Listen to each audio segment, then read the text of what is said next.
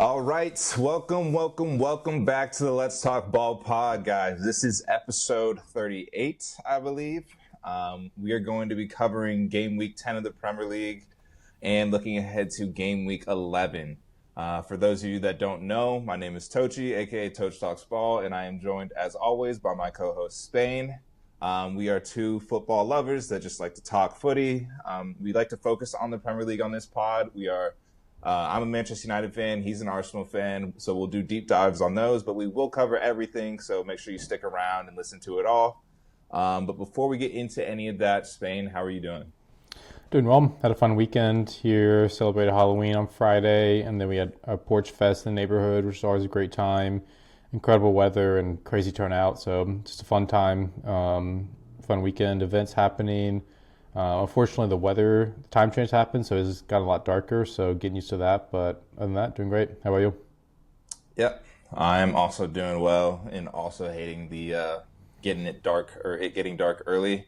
I'm definitely someone that I feel like my energy levels go with like the amount of sunlight that I've got, so I'm going to have to get used to that for sure. But yeah, quiet Halloween weekend for me. I feel like this is the first time in like 10 plus years I feel like I haven't done anything for Halloween, but I was actually enjoyable. I feel like it was needed to just kind of rest up. Watched a couple Halloween movies over the weekend, but that was about it. Oh, nice. But let's get back to the footy.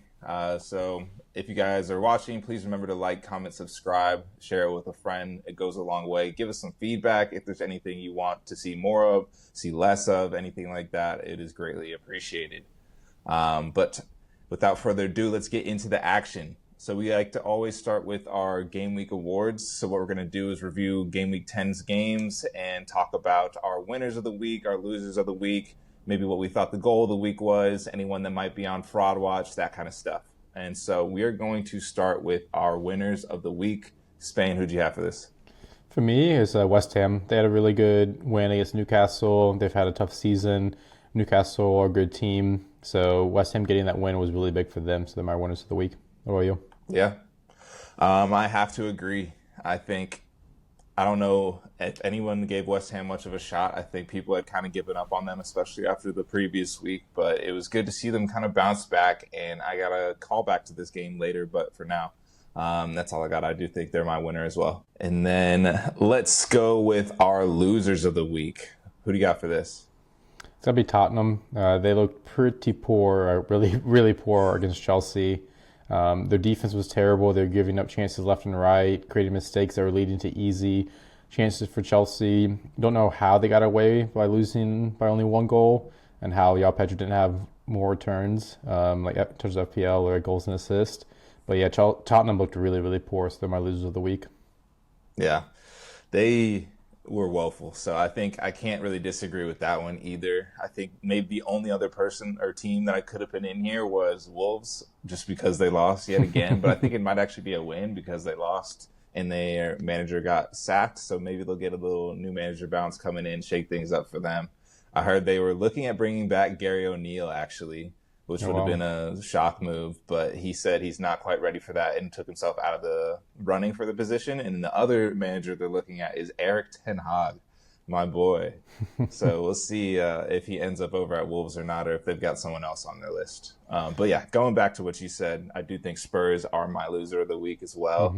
They just looked so bad, and such a big game for them as well. Like, I feel like you'd think that they would hopefully be able to get up for a match against Chelsea, with it being a London derby and them being at home as well. I mean, they generated, I think it was 0.1 XG or something close to that, which was awful. Like, I tested it was bad, but then when I looked back at the the stats afterwards, it confirmed it was maybe even worse than I thought.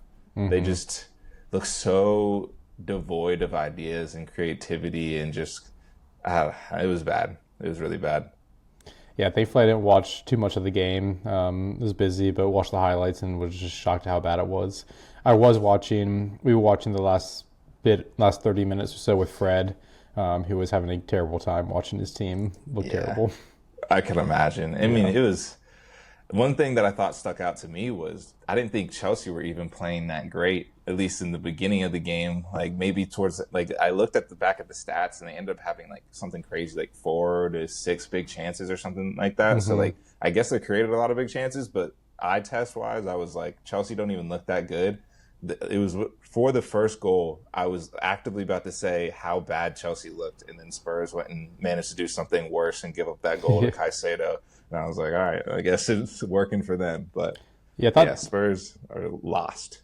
Yeah, Chelsea's press was pretty good. And that's where they created all the chances, basically. But a lot of it was just Tottenham making really bad mistakes and not being able to pass out of the back at all. Yeah. And we'll touch on them later, but I've got some players that I want to call out specifically from that game.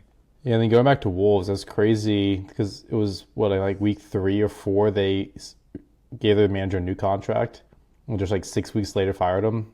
That's pretty terrible business on their part to say, yeah, we're going to back you. And then when they were already playing poorly, and then for them to fire them like 6 weeks later is pretty bad. Yeah, it's giving a little bit of Nottingham Forest vibes or something over there. Let's see.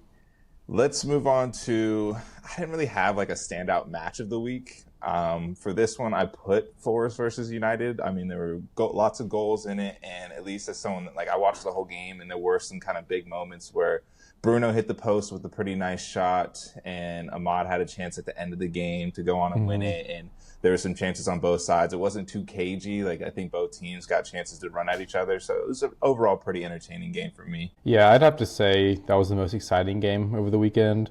The Tottenham-Chelsea game was, I thought, pretty exciting too, just because Tottenham were so bad and Chelsea were creating so many chances.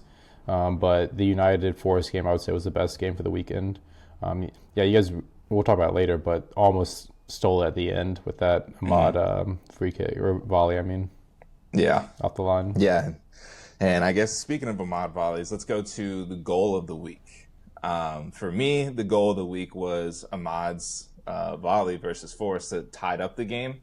It was, what was it? Was it a corner maybe that went into the box, I think? Yeah. And then it kind of bounced around and went out to the top of the box, and Ahmad just hit it first time and snuck it into that left-hand side corner. And just honestly a great hit, got me off my feet. I felt like we were kind of pushing, but I was a little bit nervous, and just like, what a way to respond, I think, from the team. And the fact that it was on the road at an away ground, and we had just given up 2 goals, and we had given up 2 goals in 2 minutes earlier in the match. So to respond like that and score a goal like that was huge. Yeah, his technique on that one was really nice. It was like really caught it well and had used a lot of concentration to watch the ball come down and just to hit it out of the air like that with that much power and accuracy was pretty sweet. And he was due for that.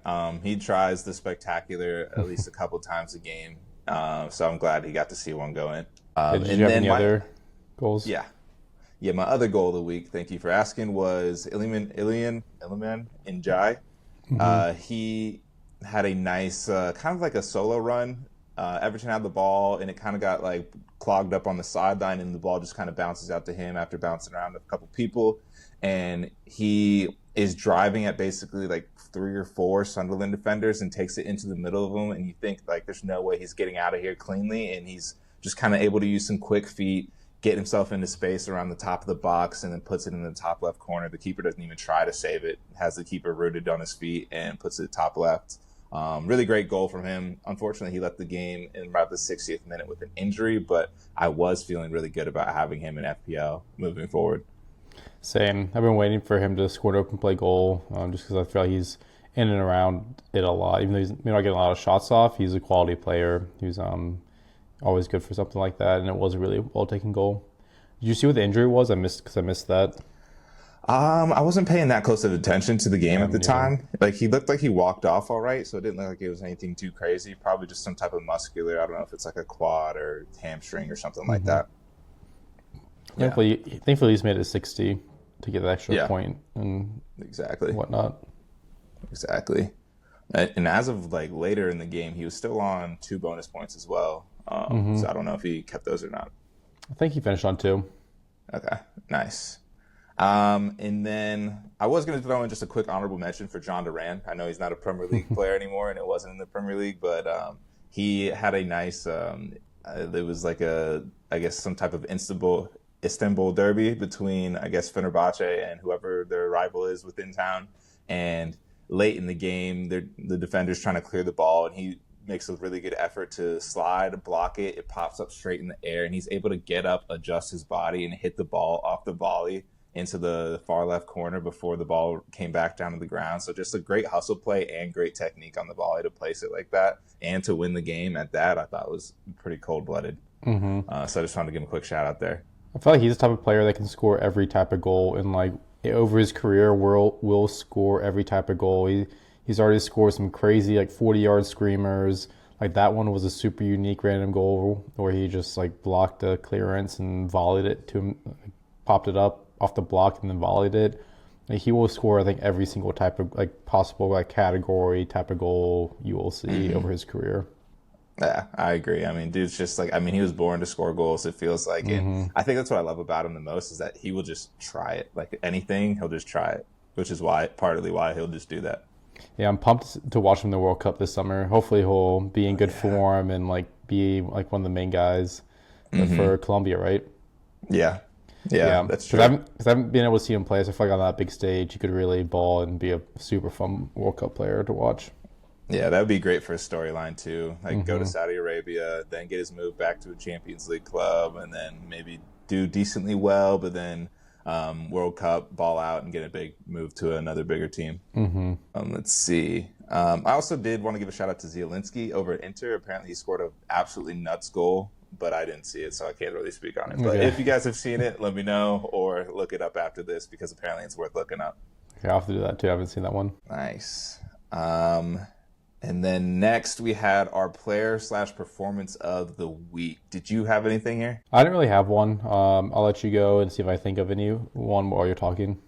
Okay. Yeah. So for me, I had to give a shout out to Elliot Anderson. I know he was on the opposite end of, or the opposing side from United today, or not today, this weekend, but he was so good. Like best player on the pitch for me.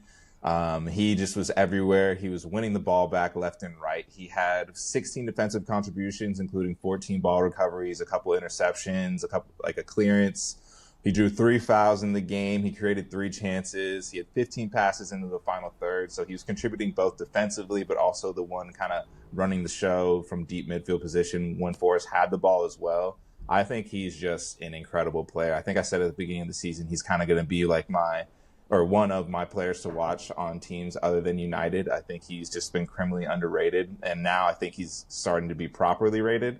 I'm seeing numbers thrown out for a move for him for next summer at around like 100 to 120 mil. I doubt he'll go for that much, but the fact that he's even in the ballpark, I think, says a lot.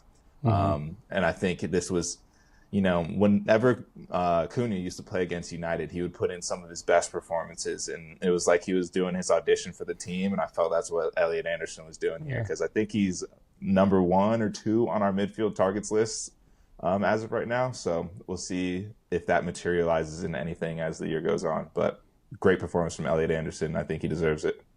Nice. I'm sure you would love if you guys signed him. 100%. He'd be a 100%. Big addition in that midfield. Mm-hmm. Before we move on to Unsung Hero of the Week, in our notes we have Surprise of the Week, and I just thought of one, so we can do that if you don't have any more performances. No more performances for me. Let's go for it. Yes. So my Surprise of the Week was Bournemouth. I thought they were not as good as I was expecting. I was really looking forward to that City-Bournemouth game and was pretty disappointed in Bournemouth's performance and their defense and how open they were in the back. I saw one of your Unsung Heroes and maybe remember this, but I expected a lot more from Bournemouth. I thought it would have been a lot closer game. I didn't think they would have given up so many chances that Haaland got. Like he was just running in on goal left and right. Their defense the 2 center backs were so pulled apart, and City were just getting behind time after time. So my surprise of the week was Bournemouth's performance and kind of just disappointment in their performance. Yeah, I can get behind that as well. I thought Bournemouth were going to put up a better show against City. And like you said, they were so open in the back. They were playing like a high line almost near like the halfway line, but then it was not organized. And they basically were just like giving free reign to Haaland. Like that's like what he's best at. Just get him running behind like one-on-one with a defender or not even, and he's going to beat you.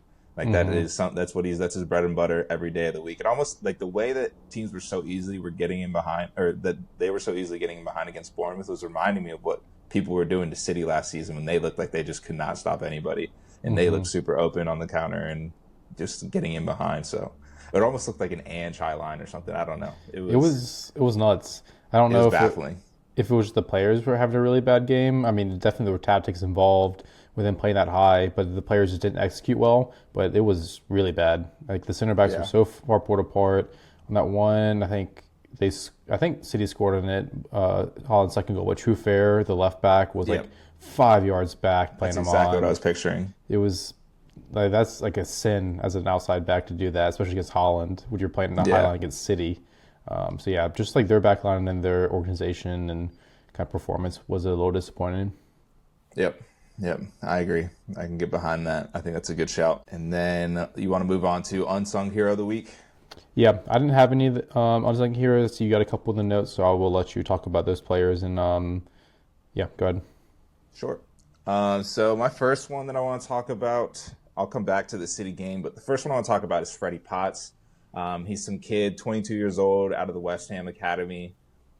He's been in and around the club for a long time, but he was on loan the last couple of seasons, and he came in and made his first Premier League start against Newcastle this past weekend, and he got man of the match and was a huge reason why they were able to kind of control this game as much as they were, and they looked so good, and they beat Newcastle in a game where West Ham really, really needed that, because it seems like the morale and everything around that club was so down. And I kind of like, when Nuno came in, I was really hopeful that he was going to help turn things around, and I was scared that things were going to go downhill, but I think this is a huge win for them, and he was a huge reason behind that, so I wanted to give him a shout out. And isn't his dad like on the coaching staff? I think I saw.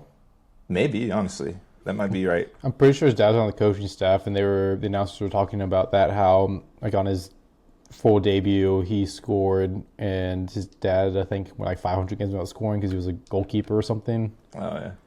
I have to look it up real quick. Fair enough. Fair enough. And then while you're looking that up, I will touch real quick on Shirky as well. That he was my other unsung hero of the week, because he's been hurt and hasn't been really able to get up to speed and in rhythm with City. But he's been starting the last couple matches. He assisted. It was City's winner. Was it the Carabao Cup that was playing this past week, midweek? I think he assisted a winner in that game, or maybe one that like sealed the deal in that game. And then he came out again. And granted, like we said, Bournemouth were playing pretty terribly. Like that line was not very organized, but Shirky put up 2 assists for Holland really early on in that game. And I think he looks like someone that's going to be a very, very dangerous person to have with Erling Haaland in the form that he's in. And Shirky's ability to just pick out a pass from seemingly anywhere with both feet, any angle. I thought he was someone that deserved to get a little bit more love for his performance this past week. Granted, I still think he's a little bit of a liability defensively. So when they don't have the ball as much, I think they could kind of get caught out with him. But he's still so good on the ball. Yeah, and especially when there's like a high line like Bournemouth were playing, that's like his bread and butter. Like that ball he played over the top to Holland was super nice, that first time ball. He just like loves like a little dink pass like that first time stuff where there's space for him to play into. He's gonna find that pass. So even more criminal for Bournemouth defense when they got a player like Cherky who loves the ball like that. Yep, exactly. But on the opposite end of the spectrum, do you want to move on to the fraud watch? Yeah, real quick. Steve Potts that's Freddie's dad. He is a coach for West Ham. He's got 399 appearances. Nice. He was a defender. Yeah, he had 1 goal in his almost 400 appearances for West Ham. So like the announcers were saying, Freddie Potts like tied his dad's goal record after 1 game. Nice. But yeah, just a little cool aside and cool story for Freddie Potts and his father. Yeah, I love seeing like family stories at clubs like that. I think there's been a couple. There's the Fletcher, like Darren Fletcher at United, and he's got 2 twin sons coming up through the United Academy right now who both look like they will make it to the first team eventually, which will be cool to see. And then I was just talking with someone this weekend about the Gray brothers. I think Archie Gray and who's the younger brother? I forget the younger brother's name, but both of them came up through the Leeds Academy, and I believe their dad and maybe their uncle both played for Leeds as well. Oh, wow. And so they're just a huge Leeds family. Archie came through Leeds before he ended up going to Spurs, but his little brother is still there and is coming into the first team right now as well. So I think that part is really cool to see. Yeah, it's really cool. Let's see. But let's move on to the fraud watch. What do you have for me here? Sticking on the theme of loser of the week being Tottenham, my fraud watch is Xavi Simons. He's been very, very underwhelming. He came on after 7 minutes for Bergvall, who got injured early in the game, and then was subbed at like the 65th minute, so like didn't even play 60 minutes. You never want to be this player subbed off after being subbed on. Granted, it was like super early, but still an early sub for Simons. His back pass led to Van de Ven getting closed down, led to the goal, and he just looked super lightweight and hasn't really contributed anything, and he's just been pretty disappointing, and he's a fraud watch for me. Yeah, I unfortunately have to back that. I feel like every time I watch him, he looks unconvincing. Like you said, he looks lightweight. Like there's so many, like he's almost getting like multiple welcome to the Premier League, like little shoves off the ball and that kind of stuff. Like he just looks like he's a little bit lost. Sometimes he has the ball and he looks a little bit scared, like he doesn't quite know what to do. Like I think I still see the quality in him. Like I've seen moments and flashes where like it looks like he could like produce something good or effective, but he just, the physicality looks like it's too much for him. And then on top of the physicality being too much for him, I think the mental part of the game is starting to go for him as well. Mm-hmm. Yeah, with the speed of play and the physicality of the Premier League, he looks lost.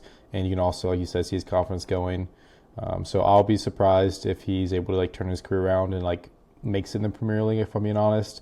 I think he will have to go to a different league to find success, which he definitely can because he's definitely got quality. But I don't think the Premier League's the league for him from what I've seen so far. Yeah, I mean, he should just follow the Anthony route, go play in La Liga or something. Like Anthony's over here bagging braces, scoring multiple goals from outside the box, becoming a Betis, basically club legend over there, just because he went to a league that's a little bit more suited for his physicality levels. Yep. Is he on loan, or they bought him, right, Simons?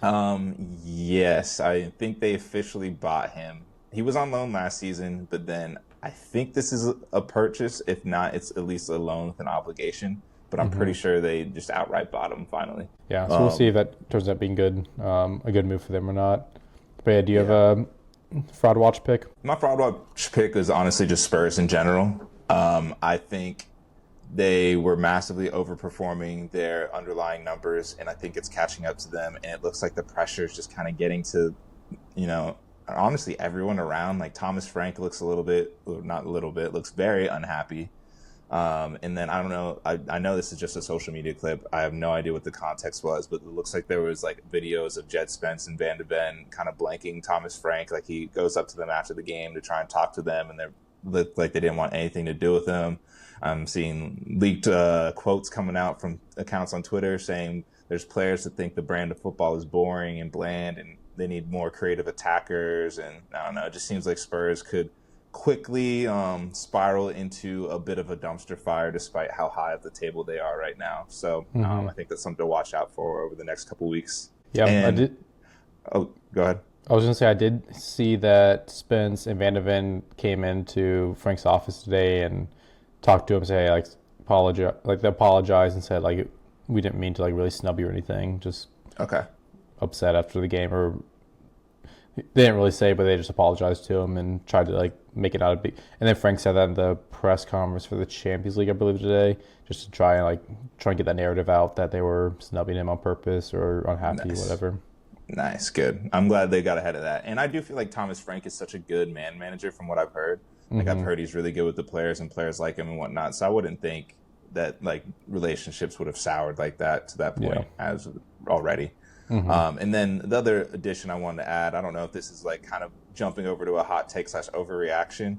I think I might have said this last week already, but something about that Kudus guy, man, I think he's a little bit overrated. Like I think he does some exciting things, but I don't think any of those exciting things involve what you need from a player that's going to take that many touches, which is you need output, you need goals, you need assists, and I don't think his final ball is there. I think he's great at shoving people off the ball, keeping the ball close, carrying the ball up the field, but I think you need someone that's got a better final ball than him. So he's also my fraud watch list. I like that one a lot because I've never really believed in Kudus and kind of thought it was crazy I think he was getting like a lot of hype, but like Tottenham fans were like pretty excited for him, and I just never really believed that he was anything special. For what I've seen, I feel like from what at his time at Tottenham, he just kind of stands off to the side, waits for the ball, gets it, and then like does a couple like hesitations and then puts it across. But that's really all he does from what I've seen. Like I don't Yeah, see him like trying exactly. to like run in behind much or like be that creative. He just kind of stands off to the side, waits for the ball to come to him. Yep. And the thing is, like, he went for, I guess, granted, a little bit cheaper, but he went for similar-ish money to Mbumo, Cunha, players like Mm-hmm. that. And I just don't think he's on that level. So, No. yeah. Apparently there Let's was see. something. Okay. Speaking of Jed Spence, like he like stood up to Kukurea, and Kukurea like got scared. Yeah. I didn't see that clip, but it looked like it was Yeah. funny from like the screen grab I saw of it. Yeah, no, that was funny, actually. I should have remembered that. That was like one of my favorite things I've seen all year in the Prem, I'm not gonna lie. Like Jed Spence, he's got a fan in me for life for that because I forget, I think he fouled a different player on Chelsea and Cucurella like came up to him basically trying to act all tough, essentially. And Jed Spence literally just like bucked up to him, got in his face, and then he went like, "What? Like, what are you gonna do about it?" Like right in his face. And Cucurella just like was kind of frozen and like didn't know what to do.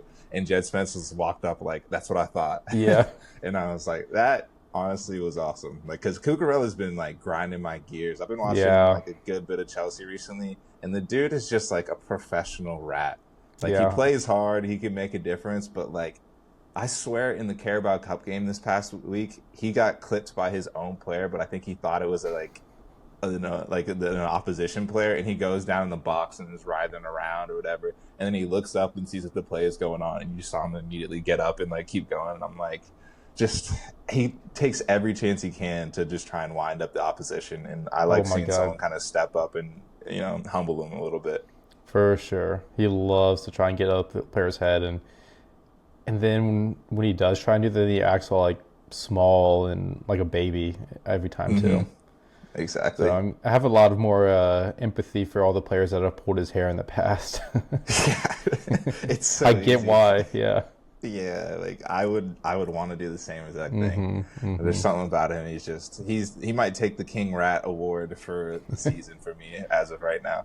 Nice. That's all I had as far as awards. So you have anything else on the Gameweek 10 matches before we do just some deep dives into Arsenal and United? Now let's get into Arsenal United and let's hear what you have to think about United, their draw against Forest. Yeah. So that was a fun one, like we said. 2-2 draw. United away at the City Ground versus Nottingham Forest and Sean Dyche. And coming into the match, I knew it was going to be a tough one, so I didn't have like too crazy of expectations. I knew that we were playing well, but like I wasn't going in thinking, "Oh, this is going to be an easy 3 points." And Amarim said the same thing in his pre-match conversations. He mentioned like this is going to be a completely different test of what we're used to. Sean Dyche's teams are going to want to sit back. We're not going to have space to play more direct and go in behind, and so I know those are games where we struggle a good bit. Um, and let's see, looking at the team selection, he kept it the same as last week, which I didn't really have any issues with. The only people that could have come into the team were probably Mason Mount or Harry Maguire, but I think they're both still kind of nursing some knocks and like no really reason to shake up the team that played well last week. Um, just match summary real quick. Casemiro came out and scored a header early on. I know it was a bit controversial because there was the ball that was on the line and the refs called it out for a corner, and they didn't review it via VAR or anything like that. And that led to our goal, which put us ahead early. Um, and then going into the second half, United are up 1-0, but really quickly, probably about the 48th minute, Nottingham Forest score from a cross into the box. A really good header from Morgan Gibbs-White.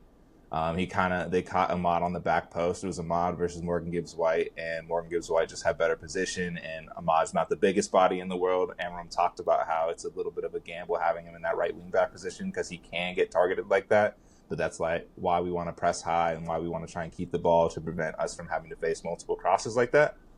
And then 2 minutes later, Forrest had another kind of corner set piece cross situation. And this one was a lot more scrappy where we just couldn't quite clear the ball and it bounced just right in front of the goalkeeper. And a Forrest player was just quickest to react. They put it in. 2 goals in 2 minutes, and we definitely got punched in the mouth there after switching off for 5 minutes.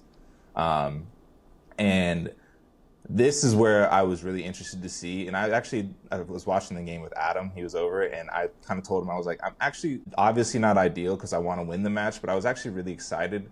Not excited, but glad to see what the team would do in a situation where we were losing, because we hadn't been in a losing game state in a few weeks. And so I wanted to see, like, okay, away at a really hostile ground and in a losing situation where we seemed like we kind of lost our heads for 5 minutes, how would we respond? And I thought the team actually responded really well. We kind of clawed our way back into the game. It wasn't always pretty, but we got our chances, and Ahmad put in a beautiful volley that we already talked about for the goal of the week, so I won't go back into that, but he put in a beautiful volley to tie up the game 2-2. And then we had our chances throughout the rest of the game. Forest had some chances as well, but United almost snuck it at the end with the Ahmad. I think it was another volley or half volley from him that was cleared off the line by Murillo. And then that game ended 2-2.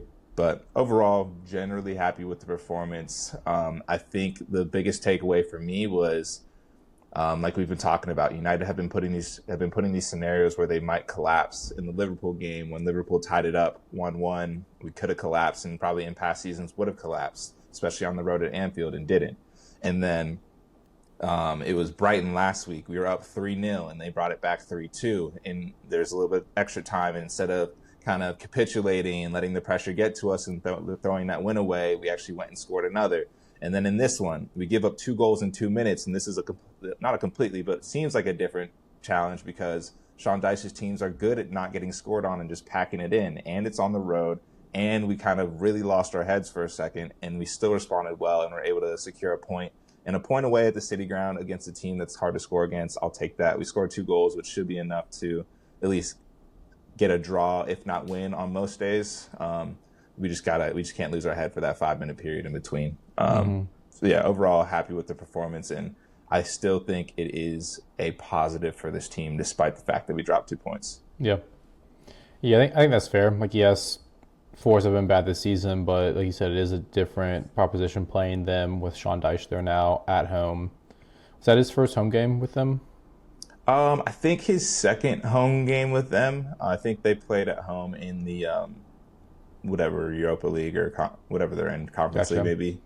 But if his first home game in the Premier League, they were going to kind of be up for it. The fans are going to be up for it, you'd think. So yeah, I think it's well said by you. And the biggest, just restating what you were saying, but the biggest good for United, like improvements, is that, like you said, you're not falling apart in those tough situations when you're going behind. And you're able to stay composed, fight back, and score goals when you have conceded recently. Yeah, exactly. Like, it feels like there's been a genuine kind of switch in the mentality and kind of culture and kind of feeling of belief around the team, which I think was something that needed to get. I might have said this honestly a long time ago, but I think that was what I was most looking for out of Amram when it came into fixing the team. Like, results would have been great, but I think I was more so looking to feel like a different vibe. And I think I'm starting to say, or this feels like I can maybe officially say, that there is a bit of a different mentality or belief around the squad, which is good. And then obviously there's still tactical issues and holes in the squad, which I think are obvious. And I do think a draw here was most fair and probably better for us in the long run, because I think some wins would paper over the cracks. Like, I don't think if we had won that game, I think we would gone up to the second or third in the league, which I don't think we're the second or third best team in the league. So I think, a draw keeps us humble, keeps us hungry, and makes it clear that there's obviously still work to do. We're not going to get extra pressure piled on from the media being like, oh, United are up to second and third. Like, are they in the title race? Are they this? Yeah. Hopefully we can just kind of like cruise and kind of keep trying to slowly improve there. Like I said, I think the main issues that I want to see fixed are tactically is I want to figure out how we play against these teams that are going to sit deep and give us the ball. Amram's record when we have less than 50% possession is really, really good. When we have more than 50% possession, it is not so good. Granted, some of that is game state, because we'll score early and then be good at defending and packing it in and be okay giving up the ball. But against these teams like Forest, and we've got Spurs next, Everton, Crystal Palace, even West Ham, they're all going to be teams where I think they might be more okay with us having the ball. Maybe not Spurs, but like I could see Everton, Palace, and who's the team I just named? Everton, Palace, and West Ham being teams that just are like more okay with sitting back and having us break this down. So I need to see Amram improve our strategy and figure out how to do that. And if we do that, I'll be really pleased. And then the holes in the team are so obvious. Midfield could definitely still use an upgrade. I think Bruno Fernandes is playing well, and I think Casemiro playing well. But I think it's no secret if we had a player in there like Elliot Anderson, for example. Carlos Baleba isn't having the best year, but that type of player I think would help us a lot. And then left wing back is a huge, huge hole for us as well. Right now we're starting Diego Dalot, and he has just been struggling, but I don't think we have a better option because I think Dorgu hasn't been great either. And so with those two being our only left wing back options, we're just missing so much creativity and output from that side. Like so often that left wing back is someone that's responsible for creating by either cutting the ball back, crossing it, or even having shots themselves. And I don't think either of those players are quite ready to be our starter. So I'm wondering, or I'm hoping that maybe come January, can we sign somebody? It sounds like we're not open to doing any loans. They said that every player we want to sign is someone that we actually see a future with. So we'll see. Hopefully we can find a left wing back on the market. That I'm not so sure about. Midfield, it looks like our top four options are Baleba, Elliot Anderson, Stiller from Stuttgart in the Bundesliga, and then Adam Wharton, which I don't think that one's likely at all. I've heard rumors that he might probably end up at Liverpool or something. But it's clear what the holes in the squad are, and I think because of those holes, we're going to have results like this for the rest of the season where we're just not going to win games that maybe we could have won if we had a more complete squad. Is Dorgu just too big of a defensive liability, you think? That's why Amram isn't playing him? I don't know if he's like that much of a defensive liability. I think Dalot is definitely better defensively. I think it's just he looks a little bit raw and devoid of confidence. He's still, I think, only like 21 years old or something, 20 years old. And so he's still a really young player, relatively hasn't played that many senior matches. And I think his inexperience shows at times during matches. He can kind of like lose his head, and he's pretty raw technically. Like he'll get in these positions where he needs to deliver a better final ball, and he'll sky it, or he'll kick it out of bounds, or he'll miscontrol it and whatnot. And so I just think he's just not to the level yet. Not that he should be necessarily, but he's just not there yet. Gotcha. And then one more question on United. You didn't mention Sesko at all. What did you think of his performance? Yeah, I thought he looked rough at times. His touch wasn't as clean as it was against Brighton, but again, he's still young, and I think, I don't have an issue exactly with like how he played. I think he did all right, and like he's going up against Murillo and Milenkovic, who are two very physical, very good center backs, and so like I think that's just going to happen. You're going to have these games like this, but I didn't see anything that worried me per se. Like I still think he's a good player, but hopefully he can kind of get the ball rolling scoring wise. Nice. Anything else on United? No, I think that's all on United. Definitely looking forward to these next few games, just because I said the style of play that we're going to have to play against these teams, I think it's going to teach us a lot about whether or not United are going to be able to make that step up or not. I think the worst part about this draw was that kid who can't cut his hair has got to reset back to zero now. Oh my gosh, poor I completely forgot about that. Yeah, the poor United strand. Yeah. I don't know. He might have to give that gimmick up. I don't think we're gonna have a stretch where we can win these 5 games. Yeah, I don't know why you picked 5. Five's a little ambitious given when you decided to do it, right? I don't know if I can name the last time any team in the league won 5 games in a row. Yeah, 5 is pretty tough. Yeah, I'm sure Liverpool or City or maybe even Arsenal did it like within the past few seasons. Exactly, but those are like exactly title winners. If you're winning 5 games in a row within a season, you're like pushing for the title. Oh, for sure. Yeah. So I've been seeing some people kind of getting angry at that. Actually, that's a funny like narrative that came out of this game. I saw some fans online being like, the United Strands challenge is adding unnecessary. Like if he was really a fan, he would cut his hair and cut the gimmick because it's adding unnecessary pressure to the players into these games and whatnot. Because everyone's like trying to get this guy a haircut, which I thought was hilarious. Like even it was Nico Williams from Boris putting his caption. He was like, "We deserved all 3 points. Looks like that trim's gonna have to wait or something." Yeah, hilarious. How big his Trent has gotten there. His whatever you want to call it, Yeah. challenge is massive. Like everyone knows about it now. It seems like. Yeah. Yep. But that's all I had for United. Do you want to move on to Arsenal? Yep. So we had a 2-0 win against Burnley on Saturday. Played at the same time as you guys, I believe, right? So, Yeah. Sorry, I was watching the Arsenal game, so and had goal rush on the other screen, so wasn't watching the United game fully. But yeah, so we had an unchanged lineup again, which is really nice to see, getting that consistency from our players. Granted, like Odegaard's injured, so I like to have him. I like to have Madueke as an option to start in there. But it's nice to get some cohesion. I feel like the team is really gelling over the past few weeks. That's why defense has been so solid.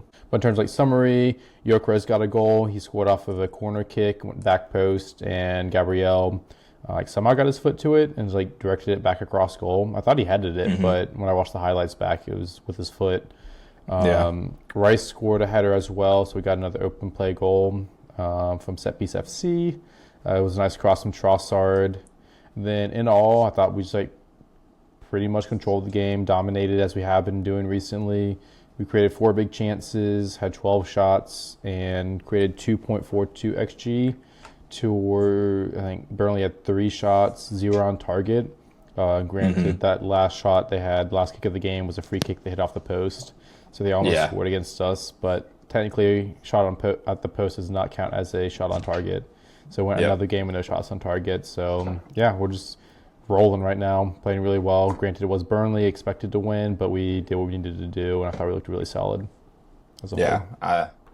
I had the game on my laptop while I had the United game on the TV, so I was trying to pay close attention to both, and I thought, it looked just like business as usual. I saw a take in one of the group messages that I'm in with these guys that just like to talk soccer, and these guys love to give the Arsenal fan in there a bunch of shit about how they think Arsenal's so boring, they play haram ball, this and that, but he kind of clapped back and he was like, everyone just thinks we're boring because we just dominate games so well.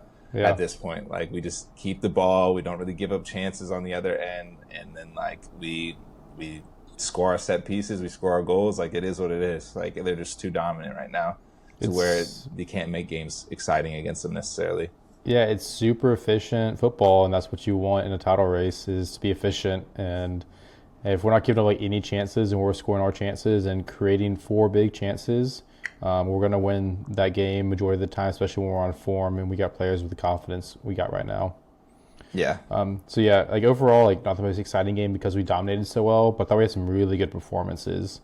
I thought Gyökeres, even though it only lasted a half, was really, really good. The first time when I was watching it live, he looked great, I thought, but then I went and watched back the highlights today. I was even more impressed. Just because he was really getting on the ball a lot and playing in really good balls and wasn't turning it over, which he has been doing in the past. As this game, he was really sitting in good balls, and he should have had 2 assists to Saka. He played him in twice. He had that one incredible ball on a counter that he got to Trossard that ended up in an assist to Rice. He scored his goal. I just thought he looked great overall. So I wanted to give him his flowers because a lot of people have been giving him stick recently. But last week we were talking about it, and I said I really just think it comes down to him playing too many minutes and being tired because he's been playing 90s back to back to back, getting no rest. And in the midweek we sat basically all our starters minus Eze, and Gyökeres had a great game after sitting out and getting his rest. So I really do think that made a huge difference. We'll see what the injury's like. If it's a bad one, it didn't sound like it's going to be too bad. He wasn't in training today, and he won't be playing against Slavia Prague in the Champions League this week, which I'm fine with. But I thought he had a great game. Nice. Yeah, I need to go back and check the highlights and maybe rewatch that a little bit to see a little bit more of what he did. But I am happy that he kind of can put in a performance like that and hopefully quiet some of the noise around him, because I feel like it was getting pretty loud over the last few weeks. So hopefully that'll he can do that, maybe put in another good performance. Who do you guys have next? I think it's another easier game. Sunderland. So maybe not an easy game with the way they're playing, but promoted team. So so hopefully you can put in a couple of back-to-back good performances. Then you have the international break, and hopefully it'll be a little bit more quiet around there and let him just kind of settle in and keep doing his thing. And then performance-wise, the only other thing I wanted to call out from this game was, like you said, like I feel like Arsenal fans are at the point to where like they're worried about getting shots on target, not even like goals on them at this point. Yeah. And I saw a pretty crazy stat that I was going to talk about this. I'm releasing a Premier League recap right after this, but in my recap, I talked about how Gabriel and Saliba are now looking like they're a top 5 to 6 in terms of goals conceded per match. They're a top 5 to 6 center back pairing in the Premier League ever at this point. It's like Vidic and Rio Ferdinand at like 0.71 goals conceded per match over a span of like 100 plus games. Mm-hmm. But anyone that's like in between like 50 to 100 whatever games, I think Gabriel and Saliba are like 6th on the list or something like that, which is insane. And that number's only going to continue to go down as they continue to get clean sheets. So they're looking really, really solid. And then also a special shout out from that list. Victor Lindelof and Harry Maguire are on that list. They're top 20. No top way. 20 ever with like, I think it's like 1.08 goals conceded per match under Ole. And they had like, it's not even like it was because it was a small sample size. It's like over the span of like, I think they had like 96 games played together or something like that. Wow. Yeah. So just want to give a quick shout out to them on top of your shocking. Boys. Yeah. The United fan always having to make it about themselves. We get it. Of course. I gotta make sure I get my plugs in there. No, that's really surprising. I never would have guessed Maguire and Lindelof of all center back pairings would have been up on that list. So great find by you. Great shout out to them. I think Ole was. I think his run was a little bit overhated. I think he did some good things for the team that just got overlooked because he couldn't quite win a trophy. That's fair.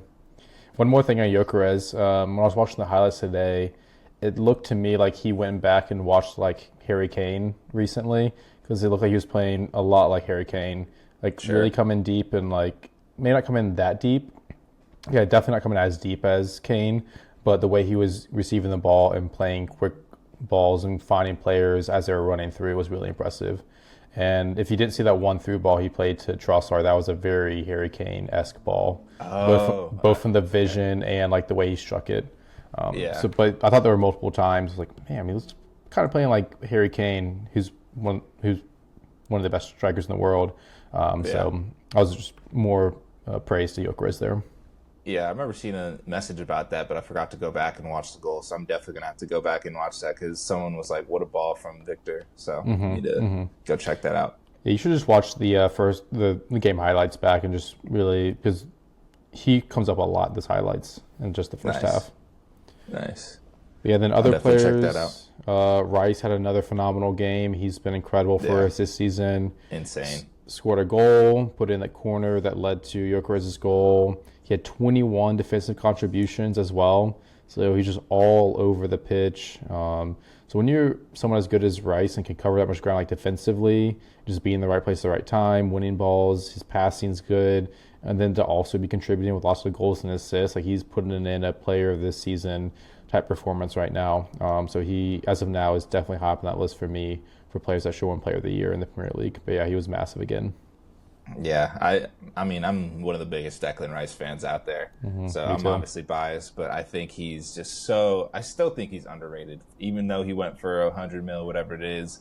I don't think people give him the respect that he deserves for like just straight up like talking about how I was talking about Kudus earlier, how he does all these things that are so flashy and this and that. Talk about an effective player that genuinely just can influence and boss a game on his own. That is Declan Rice. Like you said, he'll track back and get all those defensive contributions, but then also be the player to score Arsenal's open play goal of the day. You know, he'll get key assists. Like when Odegaard was out last season and you guys and Saka were both out, I think he was someone that stepped up massively for you guys. Like he's just as a big character, and he might not look the most flashiest when he's doing these things, but I think he is just so effective. Everyone's really talking about. Like, granted, respect to Caicedo because I think he's putting in some great performances as well, but everyone's kind of talking about, oh, is Caicedo the best defensive midfielder in the world? He's the best defensive midfielder in the Prem.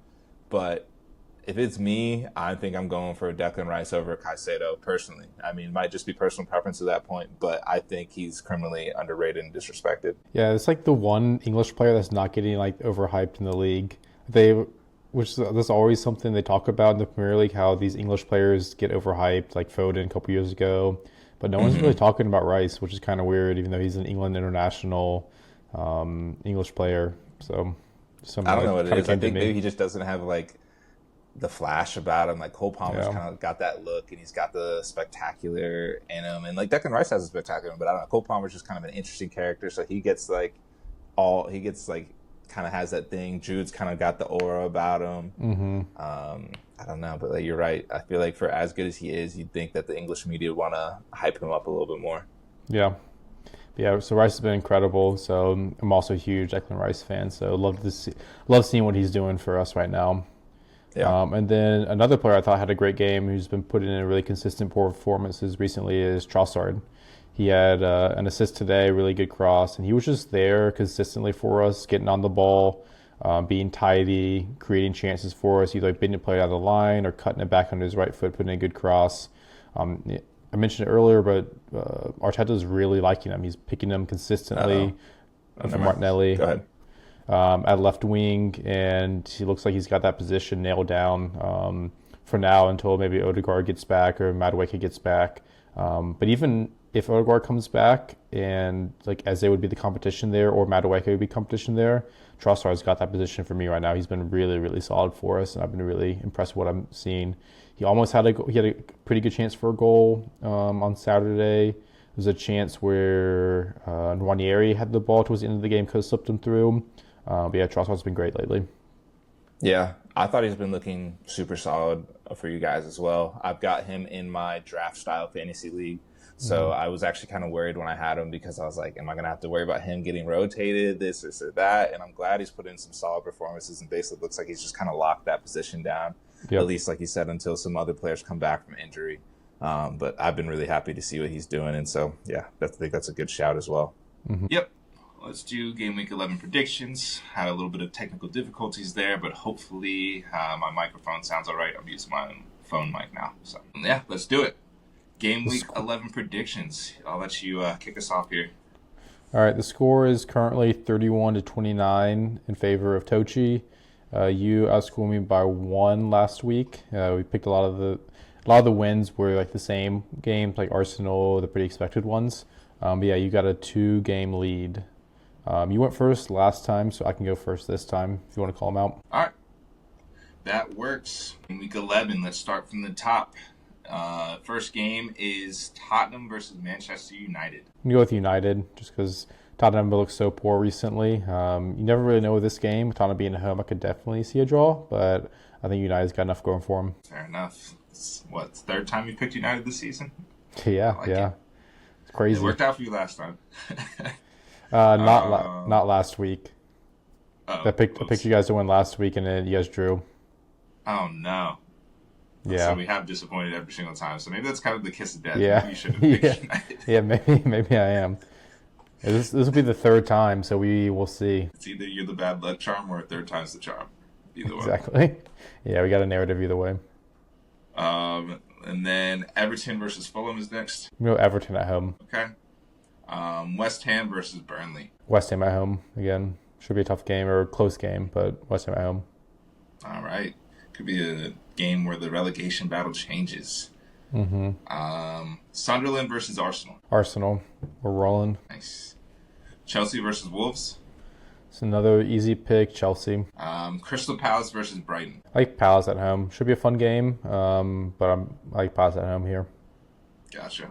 Aston Villa versus Bournemouth. I'm going to go with a draw. I don't really know what to expect from this game. Villa just lost to Liverpool, so they haven't been really doing much.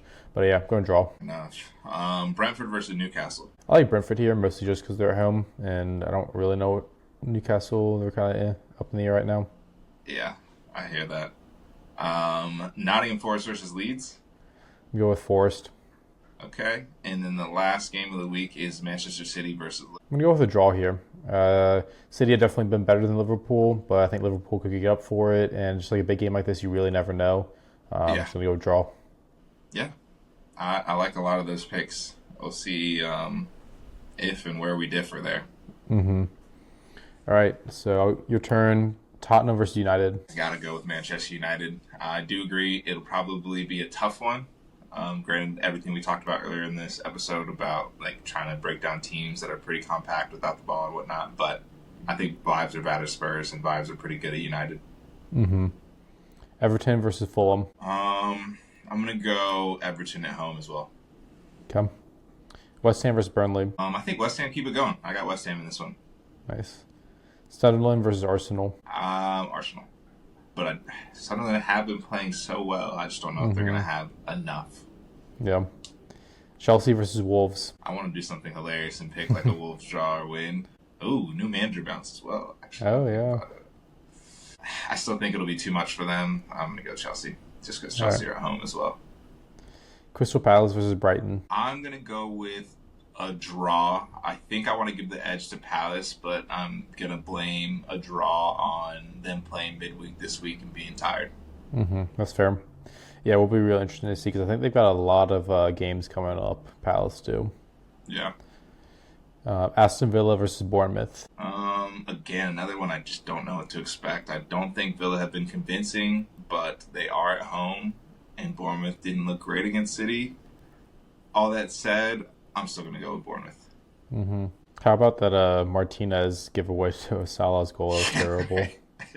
Right. Thank God you don't have that guy in your net. Yeah, right. I was so disappointed when we were getting linked to him. I thought we were really going to end up with him. Son Lams has been a revelation for us. Brentford versus Newcastle. This is a tough one. I think I wrote draw on the sheet, but I'll go draw. All right. Nottingham Forest versus Leeds. I'm going to go Forest. I think they're starting to build some good vibes over there, and I believe in Sean Dyche. I think he's going to get his first win. Nice. And then the big game for the weekend, City versus Liverpool. I also think Liverpool will get up for this one. And I'm going to go, just to be different, I'm going to go Liverpool. Wow. Yeah. For some reason, I don't know. I just see them getting up for this one. I could see it going either way. Like, I could see Holland just coming out and smashing them just because Liverpool have been so just disorganized, especially against like Konate and Van Dijk, who don't seem high on confidence. Like that looks just like such a dangerous matchup. Like, I think Holland could destroy them. Yeah, I feel like logically my brain's saying City, but I just want to pick something a little controversial, Gotta risk it. Yeah, I'm sticking with draw, but after thinking about it some more, I really like City. I'm thinking like City, just because Holland has been so good, and I think you could easily score a couple against Liverpool's backline in their current state. Yeah, agreed. Yeah, but I am interested to watch the game and see how both teams turn out, and especially Liverpool, how they set up for the game. Yeah, it'll be fun to see, and it's gonna have some good. It's going to have some good influence on the narratives because I think it's international break after this next round of matches. I think, right? After the games this weekend. So that's what I'm really going to be looking out for because that's what the media is going to be able to run with for the next 2 weeks until we get some Prem back. So either Liverpool look like they're back. They beat City. They're back in second place in the table probably. Or City will be, in the title contention, and Liverpool will still be in the mud a bit. So it's going to be interesting. Yeah, no, definitely. That's it for the Game Week 11 predictions. Did you have anything else? Any FPL talk and any random miscellaneous stuff from the world of football? MLS playoffs are going on right now. Charlotte FC. So the way they do it in the MLS, you do a 3-game series. If the game's the no draws, it's not like it's just like when you win or lose in a game. There's no draws. You go to PKs. Charlotte's currently tied 1-1, so they're going back home to the bank to play on Friday. So it should be a fun game. It's New York City FC to hopefully win. I think this would be our first MLS playoff series win if we win on Friday. Nice. So we'll be looking out for that. Nice. I missed the game, but apparently Kalina had a big PK save to get us the win. So he's been a very solid performer for us over the years. So shout out to Shoutout FC. Nice. That's a great shout out. I actually didn't realize that was even going on. So I'm going to actually tune into that. Yep. Yeah, it should be a lot of fun. My parents will be at the game on Friday. I know that they're looking forward to that. So hopefully we get a good win and get a good atmosphere out there. Yeah. Yeah. And then just in terms of FPL, played my wild card this past weekend, and that turned out really good. I was quite happy with it. I think I finished on like 87 points. And you still beat me. So So well done as well. But I was quite happy with how my team performed. The big finished on 83 points, so got a nice solid green arrow. The big kind of performers was Mateta with 9 was big. The big move I did was captain Gabriel over Holland, which on Saturday was looking pretty good, but then of course Holland braces and could have been worse, thankfully. Gabriel scored 12 to Holland's 13, so basically a wash, but could have been worse after watching that City game and partially why I was so disappointed in Bournemouth's defense. Was not having Holland captained. Fair. Yeah, I like that. I guess that was going to be one of my like miscellaneous shoutouts. Was just like, I mean, Erling Haaland is an absolute monster. Like he's putting out some unreal numbers, and not funnily enough, but Mbappe also. Him and Mbappe are basically going like band for band as far as strikers in the world right now.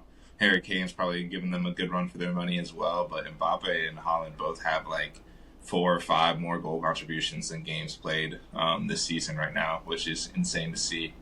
Wow. And I was one that did captain Haaland, so I was really happy about that. I was actually disappointed, like you said, that he didn't end up with more. He had another one where he was one-on-one with the keeper and tried to chip him, and Petrovic got a good hand to it. Definitely could have had more points in that game. I really wanted to go Gabriel, like I wanted to go differential, but I was just so scared. And then I saw like a stat about how Mateta generated like 3 XG against Bournemouth the other day, and I was like, yeah, I got to go with Haaland in this one. And looks like that trend continued. I didn't think about that. If I remembered the Palace game, I would not have captained Gabriel because I thought it was been like a little tighter game, but I forgot how much XG Mateta generated against Bournemouth. Wow. Yeah. So got away with that, but captain Haaland is even fun because everyone's doing it. So I thought this could be a week where I would make up ground. I'm trying to make up ground on Max, who's in first, who just keeps pulling out crazy weeks after crazy week. Dude, he is having an incredible season. He's up to, I mean, when I checked earlier this week, I don't know where he finished, but he was at like top 16K, I think, in the world. Yeah, he's 19K right now. Just crushing it. Yeah. Like, he looks like he's just absolutely flying, man. I mean, Declan Rice is... Maybe we just all need to get Declan Rice in our team. Yeah, right. That's a huge differential for him. Who's been... I think Rice is on the second most midfielder points. Yeah, it's the defensive midfielders that are doing it. Him and Caicedo. Another... And Xhaka. Yeah. Got him on my bench. Nice. Speaking of Haaland earlier, I meant to bring this up as my funny moment of the week. And shout out to Haaland's humor and his awareness, but doing the robot celebration after his first goal was so funny. That was so good. I honestly love that. It was so good. I can't even hate on that. I posted on my story. I was like, got to give Haaland some appreciation here because he's going crazy and having fun with it too. Yeah, that was hilarious. Yeah, but I was happy with my FPL performance as well. I have recovered since taking that dreaded minus 36. My team is cruising. Hopefully, trying to keep going. I want to figure out when to pop my wild card. Like, I have pretty much all my chips to use. I'm pretty sure, and I'm running out of time to use them. So I don't even know when to use them because they're about to reset. And so I'm trying to make sure that I basically get some type of advantage for accidentally taking that minus 36 and not just getting it out to nothing. But I don't really know what to do. But I'm happy with my moves. I got Gyökeres out, even though he did score against Burnley. I was still, I think, happier to just shift my team to I went triple Arsenal defense, just because the defense is so good. I went differential by getting Calafiori instead of Timber. I think most people have Timber because his attacking output is looking really, really good. But I'm just hoping that I can get a differential Calafiori. Maybe he nicks one off a set piece or something like that. I mean, has some crazy chances recently, so it's coming. Exactly. So I'm hoping that pays off for me. And then I brought in Mateta, and he scored. So overall, I'm so happy with my moves. I like having the W United midfield right now as well. And Mbumo did not end up scoring, which is the risk that you run with him. But Bruno Fernandes got his assist. He had multiple chances to score. Bruno Fernandes did. If that shot hit the post, it would have been a Mbumo assist, Bruno goal. You would have been flying. I'd have been absolutely fine, man. That was also, what a shot from Bruno, by the way. Like, outside the box, on the ground the whole way. Bounced off the inside the post. That was almost sick. I like the Arsenal triple up. I'm also Arsenal triple up on defense. Instead of Raya, I have Timber. So Calafiori, Timber, Gabriel. Nice. Yeah, I would like... It's not worth the transfer for me at this point, but I do think I would like to get off Raya. Maybe go to a cheaper goalkeeper just to enable me to do a little bit more with my the rest of my team. But overall, happy with my team structure. Don't know what I'm going to do. I've got 2 transfers. Probably just going to roll and maybe try and go into the international break with 3. But I don't know. I think what I really got to lock down, like I said, is what my wild card / bench boost and all that, what my chip plan's looking like, because I don't know what to do at this point. Yeah, and like I said, you have to use all the chips before, was it game week 19, I guess? And we get the 5 free transfers for AFCON coming up too. Yeah. So you could like try and find a way to basically like a free hit almost or something for a week, or like use all 5 transfers 1 week and then play your wild card like 2 weeks later or something, just like to really hit some upsides in 1 week or something. Yeah, that's a good point. Yeah, I think that's what the hard part, that's what I'm struggling with, is because I essentially wild carded a few weeks back. My team's like pretty in line with what the meta is right now already. So like I feel like I'd just be tearing it up just to tear it up. So maybe I got to find a week where like the fixtures are pretty bad for the meta players, and then just attack that, or I don't know. Because then I just use my free hit at that point though. So I don't know. Yeah. I say you haven't used any of your chips well. Yeah, I think I'm going to use bench boost this week. I'm looking at, but my team's set up well, and I kind of just want to get that over with. Just so I don't have to worry about it anymore. Everyone's healthy at the moment, so I'm thinking this week I'll play my bench boost. Yeah, because I'll have Dubravka, who's been really good. He's away.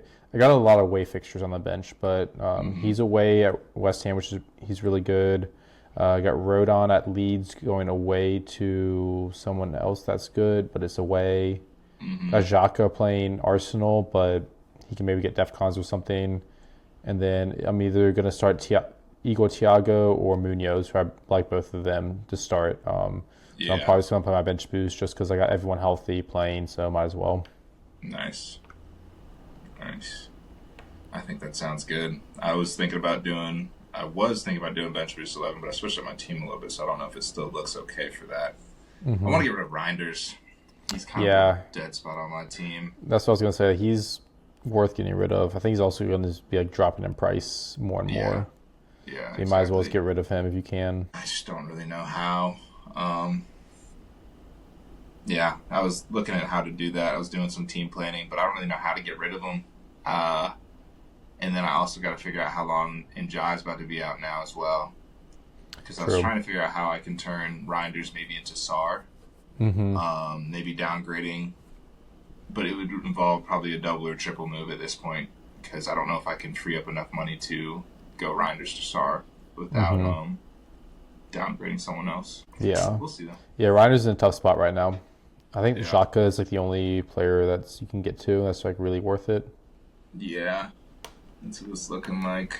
If Krupi was, a certified starter, I thought about downgrading Calvert-Lewin to Krupi to save a little bit more money. And then maybe if I could downgrade someone, like one other spot in my team, then I could get Reinders up to SAR, but we'll see.